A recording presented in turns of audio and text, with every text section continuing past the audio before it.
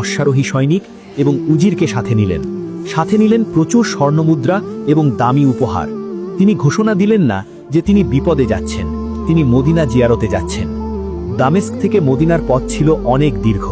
সাধারণ কাফেলার এই পথ পাড়ি দিতে সময় লাগত প্রায় 1 মাস বা তারও বেশি। কিন্তু সুলতান নুরুদ্দিন জঙ্গির মনের অবস্থা ছিল ঝড়ের মতো।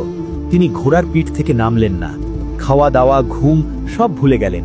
তিনি পাগলের মতো ঘোড়া ছোটালেন। তার কানেশা সাক্ষী, সেই দীর্ঘ পথ সুলতান মাত্র 16 দিনে পাড়ি দিয়ে মদিনায় পৌঁছালেন। মদিনার মানুষ অবাক হয়ে গেল। দামেস্কের সুলতান হঠাৎ মদিনায়, কোনো পূর্ব ঘোষণা ছাড়াই। সুলতান মদিনায় প্রবেশ করেই সোজা মসজিদে নববীতে গেলেন। তিনি রওজা শরীফের সামনে দাঁড়ালেন। রওজার দিকে তাকিয়ে তিনি আর নিজেকে ধরে রাখতে পারলেন না। তিনি শিশুদের মতো হাউ হাউ করে কাঁদতে লাগলেন। তার কান্না দেখে মদিনার মানুষও কেঁদে ফেলল। সুলতান মনে মনে বলছিলেন, ইয়া রাসূলুল্লাহ, আপনার গোলাম হাজির হয়েছে, আপনি বলুন কোথায় সেই দুশমনরা। সুলতান তার উজিরকে নিয়ে একান্তে বসলেন। তিনি বললেন, এখন আমি কি করব?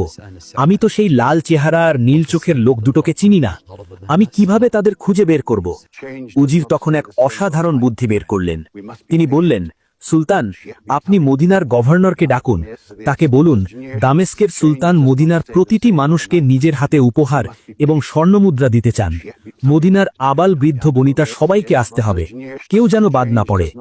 পরিকল্পনাটি ছিল, যখন মানুষ উপহার নিতে আসবে তখন তারা সুলতানের সামনে দিয়ে যাবে, আর সুলতান তাদের চেহারার দিকে তাকাবেন।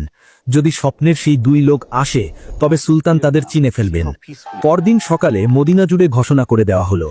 মানুষ খুশিতে আত্মহারা হয়ে গেল। সুলতান সবাইকে দান করবেন।